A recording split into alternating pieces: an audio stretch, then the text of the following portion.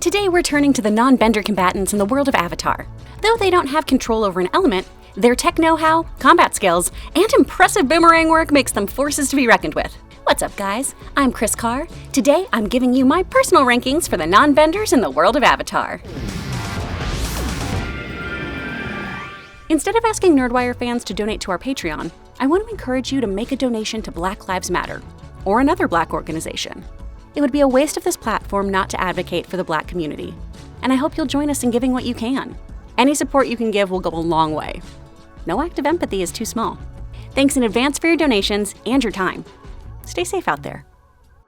Now, quick PSA, this is most certainly going to be a biased list. That's all opinions are. Like, your opinion, man. Apparently this needs to be explained. I want you to take these standings as a jumping off point for a discussion, not ironclad scripture. I'm sure we'll all have different lists, because if we all thought the same, where would the fun be in that? Take our Benders Ranked video. I totally agree with y'all, I completely underranked Bloodbenders. You're absolutely right. But I also still stand by who landed at number 1 for me. Not agreeing is great, and we can all disagree with one another in a civil way that would make Avatar Aang proud. Now, unlike the Benders, I feel like most of our non-bending combatants are all fairly evenly matched, with specialized training inching them into higher rankings. But you'll all be the judge of that at the end of the day.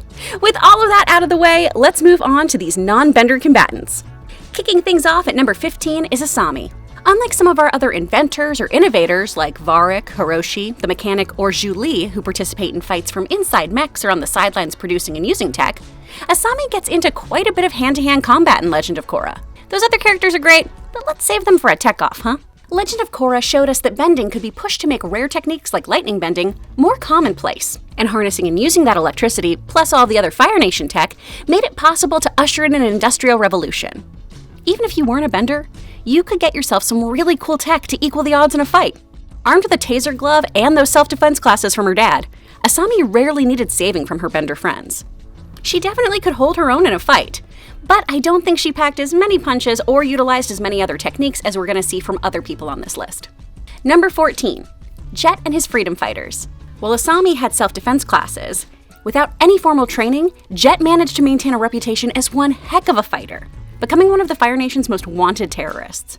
In addition to his brawn, Jett was a strong leader, convincing other young people to join him in fighting against the tyrannical Fire Nation. With zero training, he held his own fighting Zuko, a prince who had trained with the legendary swordmaster Piandao. Jett's killed by the leader of the Tylee, Long Feng, but the Freedom Fighters keep up the fight against the Fire Nation. The Freedom Fighters also take a lot of inspiration from the historical Freedom Riders, a band of Americans who work to eliminate segregation of public facilities and eradicate social injustice. This ragtag group proves you don't need a lot of training to make an impact. You just have to have the passion to enact change. Number 13, June. June is a babe, a bounty hunter, and can beat any bruiser in arm wrestling. With the help of her Shirshu Nyla, she can track anyone. While we know she has brute strength and some serious skills, we don't see her engage in combat as much as our other characters. If we did, I'm guessing she would have kicked a lot of butt. But alas, I've got to base my opinion on what I've seen, and what I've seen from the other fighters we've got on here, no matter how stinking cool I think this lady is. Number 12, Batu.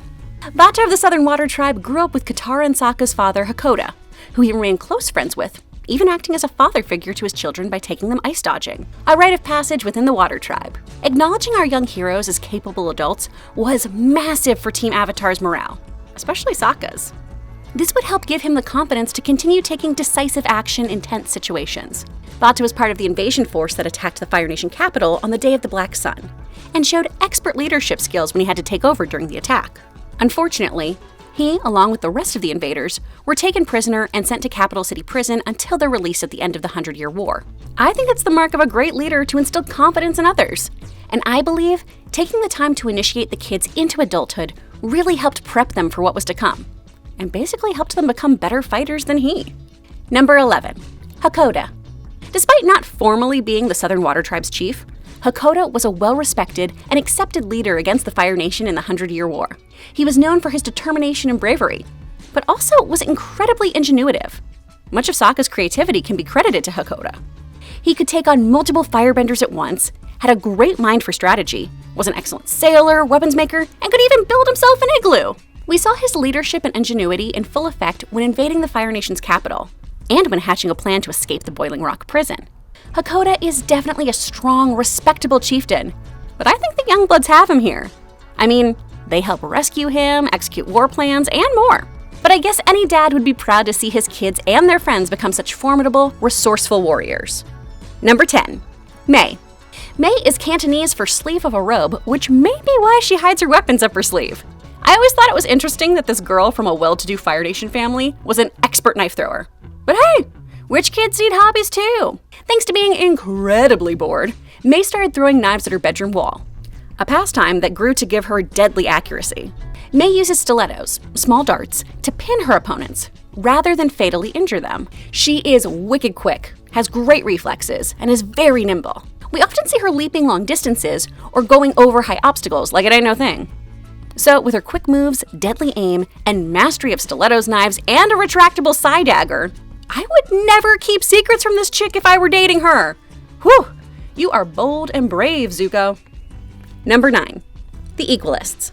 Tired of living under the tyranny of benders, these fighters join the Equalist movement under the leadership of Amon to take down the bending establishment. Equalist fighters used a chi blocking technique to render benders incapable of using their abilities, and used tech to enhance their own odds, including grenades and electrified gloves. We saw these fighters take down a number of benders in Korra, but Team Avatar 2.0 didn't just rely on their bending and actually stood a chance against these combatants when they could only fight hand-to-hand. While the gloves don't have the same finesse as something like Mei's daggers, I will say that the ability to block chi is an awesome skill to have, and requires an extremely nimble fighter. Their recruitment process must be pretty rigid. Number 8. The Equalist Lieutenant. Every group has a standout, even the Equalists. Theirs is Amon's right-hand man, their second-in-command, the Lieutenant. Mustache Guy, as Bolin calls him, was incredibly devoted to the cause, which made Amon being revealed as a bender devastating. He attacked his former leader and friend, but Amon won that fight. In addition to the lieutenant's incredible fighting skills, he battles with 2 electrified Kali sticks, making taking down metal-bending cops child's play. Some fans have been quick to suggest that his mustache is like a catfish's barbels, which, in some species of the fish, can produce an electric shock. Love that attention to detail. Number 7. The Rough Rhinos. These elite fighters from the Fire Nation Komodo Rhino Cavalry each specialized in a different type of fighting style. While their leader, Colonel Monkey, was a firebender, the rest of the crew consisted of non-benders who used different weapons. Also, they were a very capable singing group. An injured Iroh and Zuko are able to best the group and evade them. We later see the group post-war when they've become mercenaries for hire. Number 6. The yu-yuan Archers. Now, I'm placing this group above the Rhinos because they were so elite, you gotta get a face tat to join them. Sure, there was one archer in the Rhinos, but this was an entire squad of these dedicated guys. The yu-yuan archers are highly skilled archers used for stealth missions. They all appear to use composite bows, which are light, easy to repair, and using this type of bow actually trains your muscles to develop muscle memory and increase your strength. Despite their impressive archery skills, they simply served as guards for a while. When General Zhao was promoted to admiral, he instructed the archers to find and capture the Avatar, which they were able to do. Zuko, of course, frees Aang's from their custody under the guise of the Blue Spirit, but that doesn't keep one of these archers from still clipping the prince. If it weren't for Aang rescuing him back, Zuko would have gotten got by these archers. Number 5. The Kyoshi Warriors. Avatar Kyoshi founded this band of female warriors to look after Kyoshi Island. These skilled fighters ensured the safety and isolationism of their homeland during the 100-Year War. But thanks to Avatar Aang, they were inspired to help all corners of the Earth Kingdom who were also fighting the oppressive Fire Nation. Despite being founded by a bender and its members mirroring her attire and face paint, the Kyoshi Warriors are non-bending fighters. Their weapon of choice is a metal fan, but they've also been known to use swords and retractable shields. As we see their leader Suki demonstrate on Saka, this fighting style isn't all about sheer strength. Instead, they use their opponent's force against them. Azula, Mei, and Tylee were able to best this band of warriors, but they had to put up a heck of a fight. After the 100-Year War, they volunteered to guard the newly crowned Fire Lord Zuko. While they are an outstanding group, they definitely have some single warriors that stand out from the crowd. I'm going to be ranking them higher for their individual merits. Number 4. Piandao. White Lotus member, Sword Master, snappy interior design planner. Piandao ended up deserting the Fire Nation army as he grew more and more conflicted with what they were doing to the rest of the world. He went on to travel the globe and studied with benders, warriors, and artists. Legend has it that the Fire Nation sent 100 soldiers to come to Piandao to punish him for his desertion. and he defeated all 100 soldiers who were sent. So, the Fire Nation never bothered him again. Piandao was a sought-after instructor, and trained Prince Zuko and Sokka.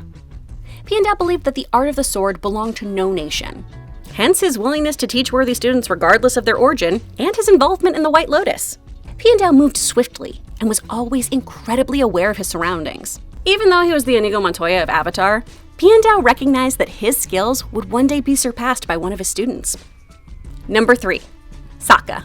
Sure, Sokka was our comic relief character, but when he stopped playing Soldier Boy and started actually taking action with Team Avatar, it was revealed that he had a tactician's mind. He helped plan the attack on the Day of the Black Sun, he figured out how to destroy the drill, and he sabotaged the Fire Nation's air fleet. Airship slice! He masters not just his trusty boomerang, but becomes a remarkable swordsman. So much so that his teacher, the sword master Piandao, states that one day Sokka will surpass him. Plus, he trained with the Kyoshi Warriors, which not only broadened his mind as to who could fight, but opened him up to new techniques and tricks to make himself a better fighter. Sokka's open mind and creativity make him a standout among all of these fighters. Number 2. Tylie. The OG chi blocker, Tylie could paralyze an opponent in just a few quick moves. Armed with gymnastics and acrobatics training, she easily dodged attacks, and had a blast doing it. She always looks like she has so much fun when she's fighting. Tylie goes on to make friends with the Kyoshi Warriors while in prison, and ends up joining them. Her ability to turn a new leaf and join forces with former foes just proves what an empathetic person she is. She's capable of seeing other people's perspective, and is open to their insights and personal experiences. But don't be fooled by those doe eyes, y'all. Circus Girl could take you out. And finally, at number 1, Suki. In my number 1 spot, I've gotta give it to Suki. And I am not alone in loving this gal. She was only supposed to be in 1 episode, but according to Avatar: The Last Airbender, The Art of the Series, she was so popular with the creative team and with fans that they brought her back and made her an important member of Team Avatar. The leader of the Kyoshi Warriors, Suki is an incredibly skilled fighter. I mean, come on, she's one of the only people to ever escape the boiling rock. We know from the comics that Tylie taught the Kyoshi Warriors chi blocking. Integrating this into her own repertoire made Suki the most skilled non-bending combatant in all of Avatar. Aside from this new skill, which she would go on to train others in, Suki could fight with a sword, a fan, and could easily toss aside grown men. Suki goes on to be a trusted bodyguard and confidant to Fire Lord Zuko, and the go-to gal for being trained in any form of combat. She has all the same skills of all the previous folks on this list, but she's mastered all of them. Suki definitely takes the cake for me. But like I said, you guys, this is just my list. I want to hear from you. Tell me about how you would rank these non-benders and why. And remember, we're all fans of a show about unifying the world to make it better. So make sure you're doing your part out there. Even if we don't always see eye to eye with other people, it doesn't mean we can't get along. Thank you to all of our donors on Patreon and to all of you awesome Avatar fans. If you like what you heard, hit that subscribe button and the bell so we can keep this conversation going. Thanks for watching, y'all. See you, Space Cowboy.